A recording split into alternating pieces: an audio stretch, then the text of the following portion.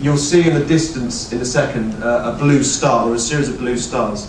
You have to go through the blue stars in order to progress to the next kind of part of the game. The blue stars represent the activities. In the pilot study there are 6 different activities. Now we worked hard to get different types of activities in here. This particular activity you can see here, we don't have the audio, I guess. No, okay. I mean, the whole thing is very much audio based. This particular activity is based around a 2-stage question and answer.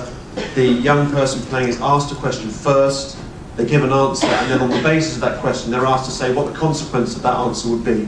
So at every stage we're trying to build in the things that we know we need to try and address, things like consequential thinking, empathy, and so on. The previous activity, if you saw that, was a video. You can embed different types of video. So what we do there is that we play a video, we then ask a question on the basis of that video that's about perhaps how the person in the video feels about a particular scenario, and the young person then has to give a response to that. So it's a question about trying to get them to think about the impact that certain actions would have. We have fantastic rock music, which everybody loved. So, as you go through, as I said, you've got a mix of these kind of game elements. So here we have different power-ups. So this is a particular power-up. You can see the Segway is now changed. It has a little sort of feature that they can then use to fly. You'll see Francisco just managing to, there we go, so it's very, very important that the game was challenging enough. I mean, we're dealing, as I'm sure you're aware, we're dealing with young people who have an incredibly high game literacy. So if you put something in front of them that's just too easy, then they won't be interested. So it's a tension between making it hard enough so they engage and easy enough so they can actually complete it within 20 minutes. This was the most popular activity, the last activity in the scenario. And it involves images, select and launch them to the appropriate target. It involves the shooting of words out of the words. So what happens here, you can see in the little screens different words popping up, and then they have to shoot those words at the other concept. Now they're all positive, so they're not shooting anything negative. They also have empty targets, so if they have a concept like fun, and they don't feel like they have any fun, they can shoot it. So all of this is recorded as the player is going through. I maybe should have said before, the game is very much designed to be played by a young person on their own with a teacher or a social worker. It's not, I mean, young people like multiplayer games. This currently isn't a multiplayer game, it's a single player game. As if Francisco's the child playing and I'm the teacher, we will be sitting together in a room. I will just be watching. I would be advising Francisco if he got lost or if he wasn't sure about the activities, I could help him in that. By and large, the kids do pick it up very quickly.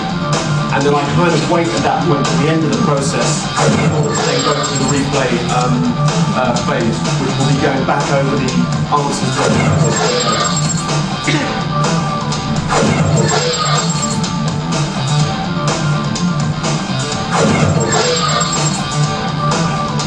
They're quite happy with it.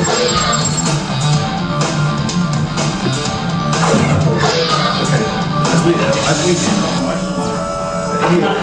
you don't know as well as I think, Chicha, we should probably stick, because we've got 6 minutes left, so we should probably just get straight to replay. Okay. So just very quickly, can we stop that?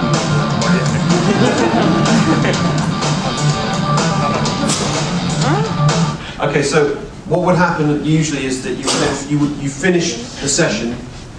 In order to move into the replay phase of the game, you have to completely finish the session. So we're just jumping out of that because there's another few minutes, and I've got 4 minutes left, and I don't want to be electrocuted. So if you go into the replay phase again, simply what happens is through pressing, is it enter? N. Sorry.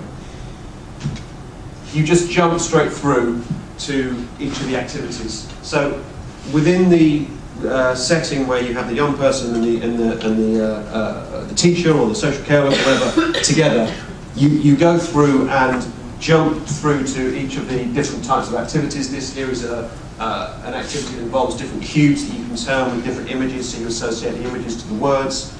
And obviously the whole point of this is that it gives you a context for a discussion.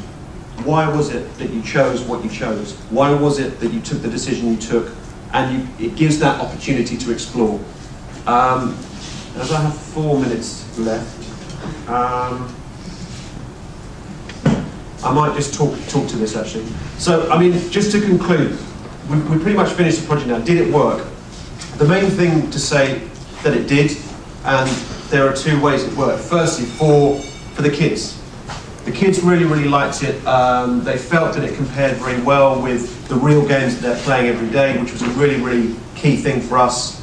It created a buzz. There were lots of people around wanting to play. There were competition for best times. The platform, by and large, certainly kind of created a lot of interest and excitement. The critical thing for us, I think, which we were very pleased about, was that almost all of the young people taking part fully engaged with the activities. So what I mean by the activities is the actual the question and answer stuff in the game, and really fully engaged in the replay session. Our worry was, from the start, they'll love playing the game, but once they get to that point where they hit the star and they have to answer some questions, they'll switch off. Well, they didn't, which was great. And probably the most surprising thing was that many of the children really enjoyed the replay session. They actually enjoyed the opportunity to talk in that environment, and it felt like the dynamic of playing a game in this environment genuinely changed their sense of comfort in that dynamic of sitting with a teacher or a social care worker or whatever and talking through things. It changed in a positive way. For the experts, again, they were by and large very impressed. They thought it was a very new approach, very little like this that they've discovered. The key thing I think that came out of this, and I was particularly involved in the UK trials, is that the relationship between the player and the person playing it with them, the adult playing with them, really, really changed very, very quickly. And we didn't sort of see that coming really. And a lot of excitement about what it could be, where it could go. Loads of suggestions from teachers, from social care workers about different types of content, different scenarios and so on, and very few concerns about ethics and things like that. So just to finish off, we're looking at all sorts of areas to develop further developments in both the gameplay, making the whole game more playable, more interactive, more exciting. Lots and lots of partners involved, interested in getting involved in customizing content, and some of them possibly in this room. And we're looking to develop a much more kind of sort of friendly and usable content management system, so that we can create on-the-fly versions of the game with different types of content for different users. And we're looking to develop a pre-commercial version for further testing. And in case anybody's listening, we're seeking some funding for a full commercial launch in 2011-2012. So, thank you.